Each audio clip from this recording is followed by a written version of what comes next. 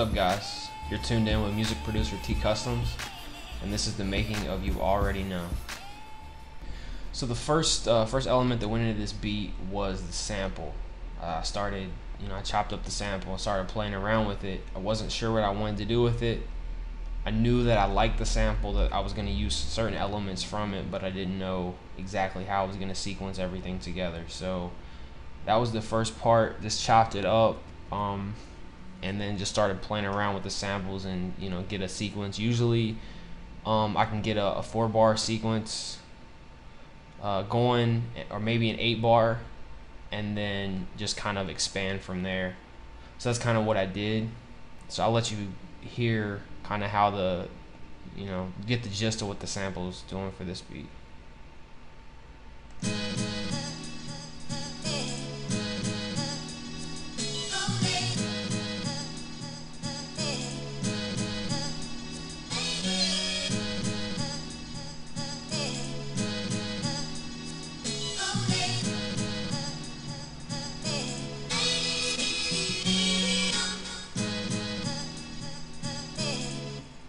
Alright, so that's kind of the first 8 bars, and I added some variation throughout, switched up a little things, but that's kind of the basis for the sample throughout the beat. So now I want to show you some of the little techniques that I use, and just to give it a better sound, and just do some processing on it. So usually when I do sample beats,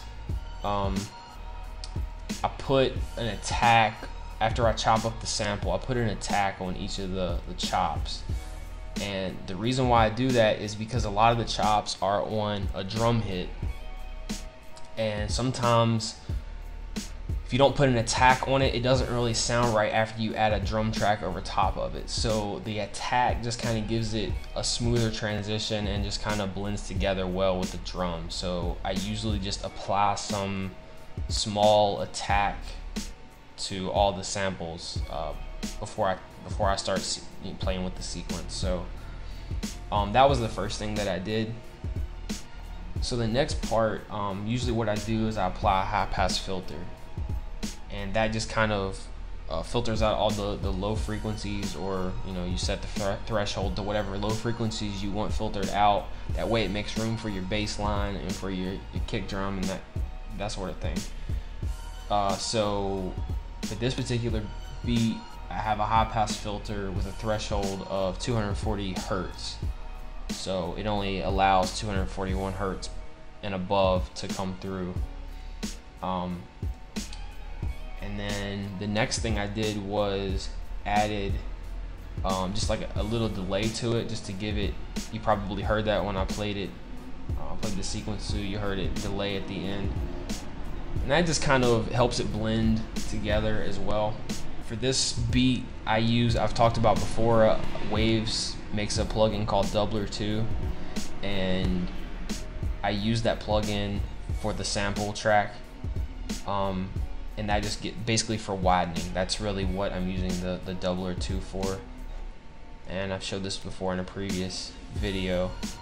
So I have another tutorial you can check out that talks about widening your mix, and I talk about this plugin, using this plugin, as well as 3 other techniques, so you can check that out. The last thing that I did for the sample track was applied, it's actually a mastering plugin in Ableton, and it's an analog warmth, but it just kind of warms up the sample, warms up the audio. So I just put a little bit I took down some of the saturation and some of the stuff just to give it a little warmth.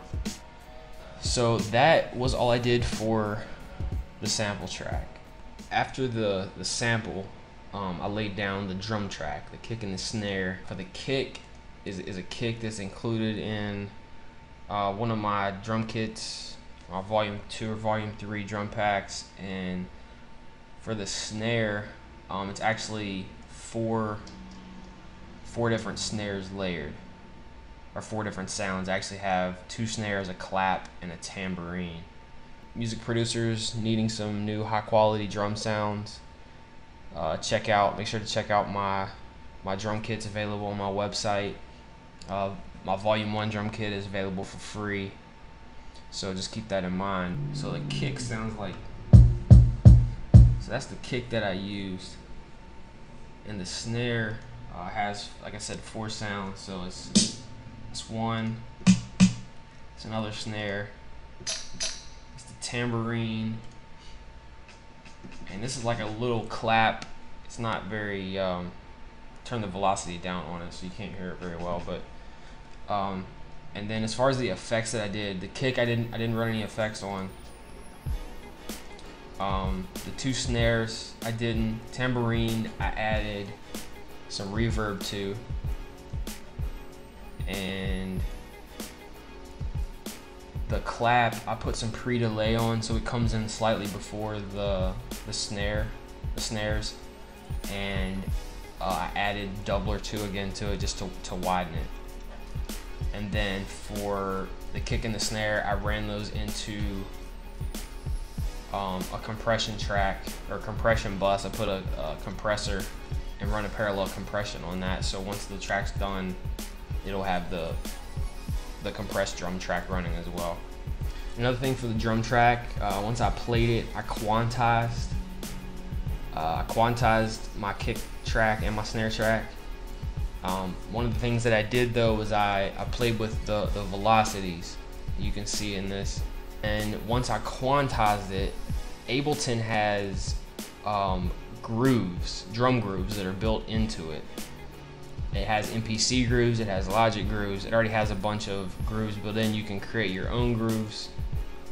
But what I did for this is I drug over an MPC, one of the MPC swings that they have in there. I drug that over to the kick track and then played with the different parameters to get the right feel that I wanted. So with the combination of the velocities and the groove, it gives it a nice swing to it. So the kick and snare with the sample.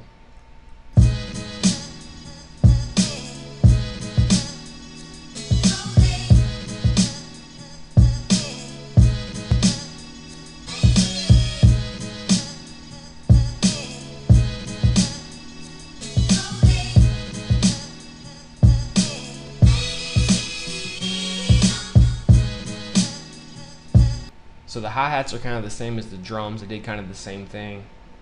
They're actually quantized, and then I varied the velocities and then applied the same groove to the hi-hats.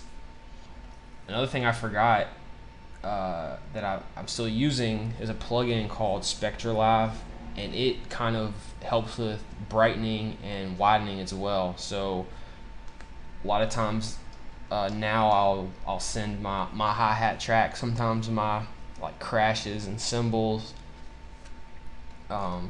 just depends on the beat, just certain elements I'll send to that group track just to push it through the SpectraLive plugin. So that's what I did with this one as well. So this is what it all sounds like with the hi-hats included.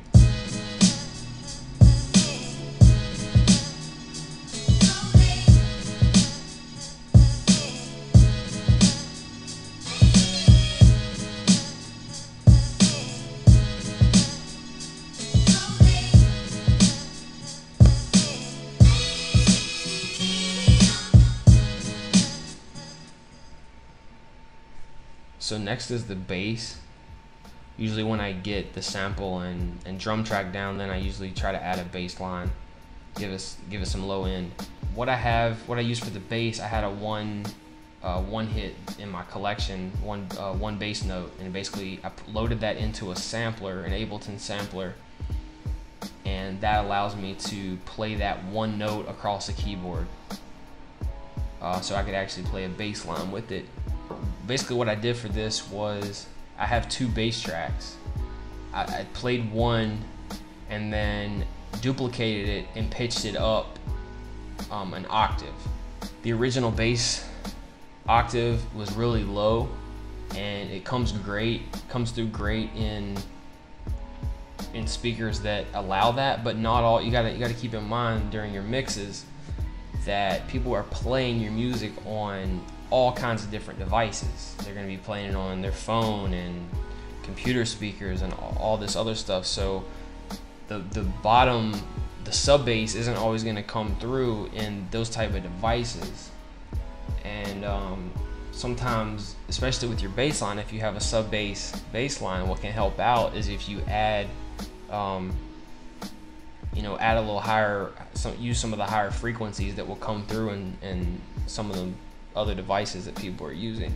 So that's basically what I did with this. One track is for sub bass, so if you have subwoofers, you have something that's going to come through in, and then the second track just kind of gives it more substance, and some of the higher frequencies will come through in these other systems. So that's kind of what I did, and then I filtered accordingly for each track. I kind of did different filtering on it.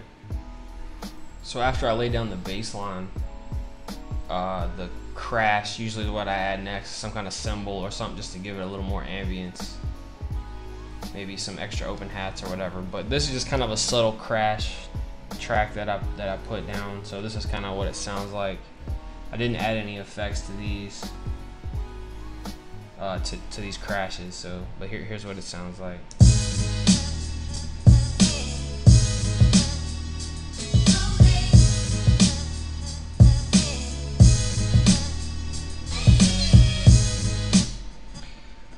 So this is the basic structure of the beat. Once I get here, then I'm looking for basically like fill-ins.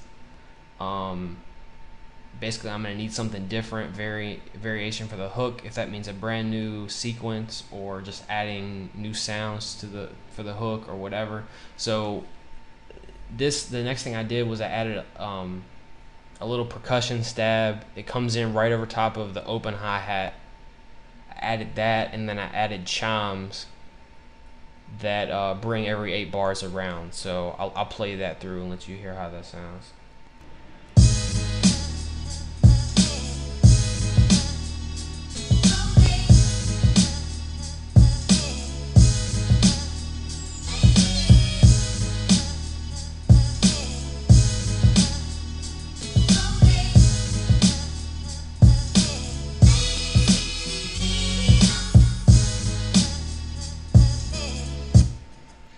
After this, then I started working on getting something for the hook. So I kept the same sequence that I had. I just decided I was gonna layer stuff over top for the hook.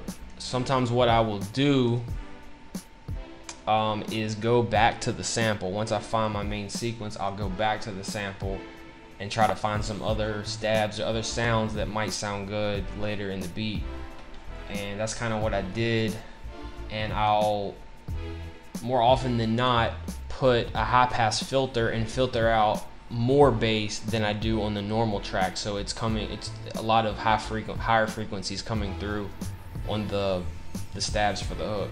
I added a doubler 2 to widen it, and added some delay. This is the first stab that I found.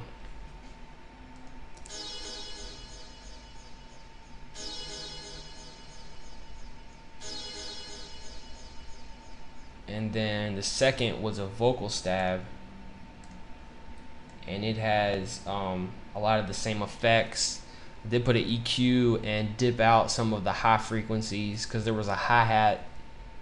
You can probably still hear it, but I dipped out some because it was kind of a little abrasive coming through in the mix. So so here's what that sounds like.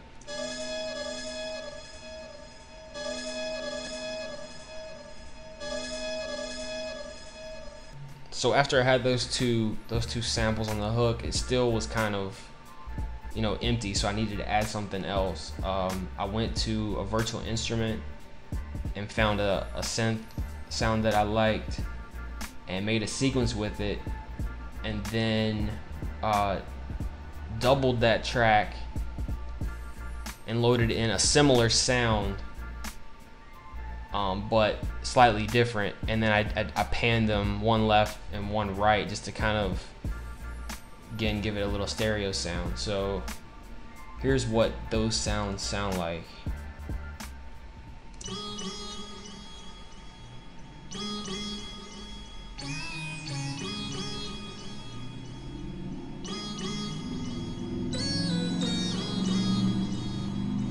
And so this is what the hook sounds like with both samples and the synth.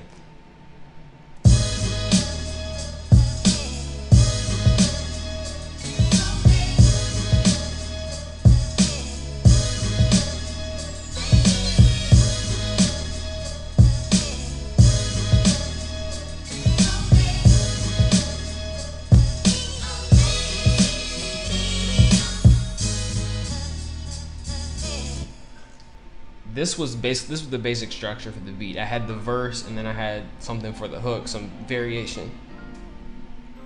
And then what I'll do is I'll usually duplicate the verse and the hook again to give a second verse and hook. But then I'll go through, add some change ups, dropouts, different things, give it some variation.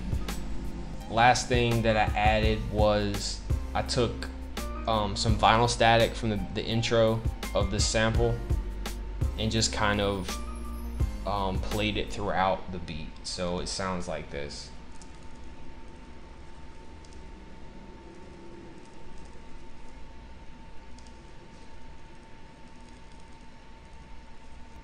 So this was pretty much the beat. Once I got everything sequenced out and ready to go, once I did my mix, then on the master track I added, again, the analog warmth. I just added a little bit before I did my actual mastering. So analog warmth just kind of warmed it up, and then I used isotope ozone to do the actual compression and do the final touches for the mastering part. If this was helpful, please take time out to comment, thumbs up, and subscribe to the channel. I'll do more videos as always. And send me a message with any requests on anything specific that you want me to talk about. So until next time, thanks for watching. Peace.